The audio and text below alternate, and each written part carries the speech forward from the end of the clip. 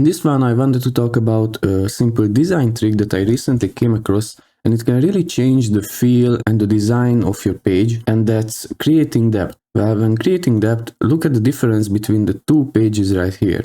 This first one is simple, it's 2D, it's fully embedded into the base of the website. And then there is the elevated one and the inset one, where we go to the extremes. So from a normal elevation, we go up to the extreme elevation, and then from an inset, we go to a more extreme inset, as well as the input styling. And while this may seem like a very little adjustment, it can really make a difference and make your site look more professional. So I wanted to bring you this and show you how this can be done. Let's get started. So let's start this off with this little slide that I made here to explain how it's actually working. As you can see, when we talk about elevation, there is the light source and how the eye sees from what perspective it sees the object and the base. And since the object is on top of the base and the human head is usually facing downwards, that means we are seeing things from above, then the light is coming from the top of the object. That simply means that the top of the object is going to be highlighted more, for example with a border or an inset shadow.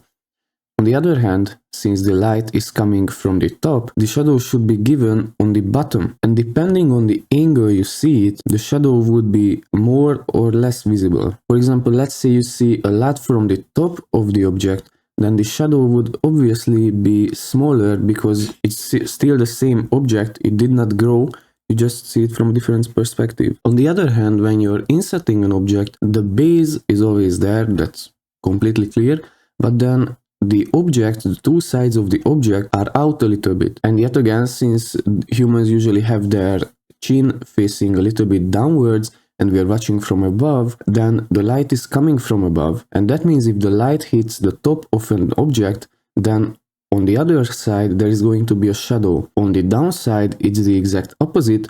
Since we are looking from downward, the inside part of the object is going to be lit, and there's going to be a shadow on the downside. Now, when we are displaying this in our website, we won't be showing the top light, and neither we will be showing the bottom shadow. We will only be showing the bottom light and the top shadow. So now let's have a look at the different variants of this and how it's displayed in CSS. So here, as you can see, the HTML, I won't be explaining this, you'll be able to access the source code anyways.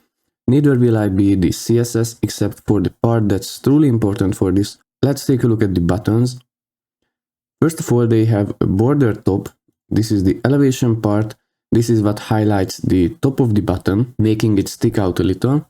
And then there is the box shadow, which again is part of how you perceive things. And as you can see, as the top gets thicker, so that means we are watching more and more from above, the shadow gets a little smaller every single time. And you can go to the extreme with this, but I believe a subtle difference like the first one or the second one is completely fine. If you really want to emphasize it, you can go with the fourth or the third one. Now, when we are talking about insetting elements, there is going to be a border on the bottom, just as I showed you in the slides, and this will be the simulation of the light, how you perceive the light. And here in these examples, the light and the angle you're watching in is getting a thicker and thicker border.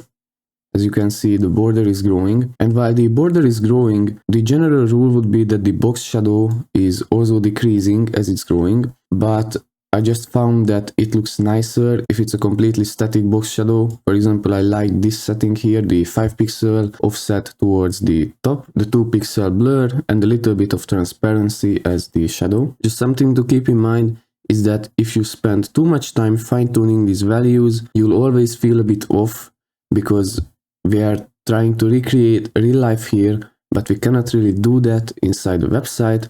It's just more of a cheap replica. And as we come to the input stylings, the same principle would be applied as for insetting the drop here uploads, except here I played a little more around with the border and the shadow. Here I was growing the shadow and the border simultaneously, and this again gives a different feel for the input elements. So it turns your elements from this dual 2D one to somewhat like this, Maybe that's something you want for your website, maybe something you wouldn't actually want to include. It's completely on you, but I wanted to show this because I found it very interesting and it completely went over my head before I was learning about designs. So this one was a quick one. If you found value in it and would like to see more, please consider giving us a like, maybe even subscribe.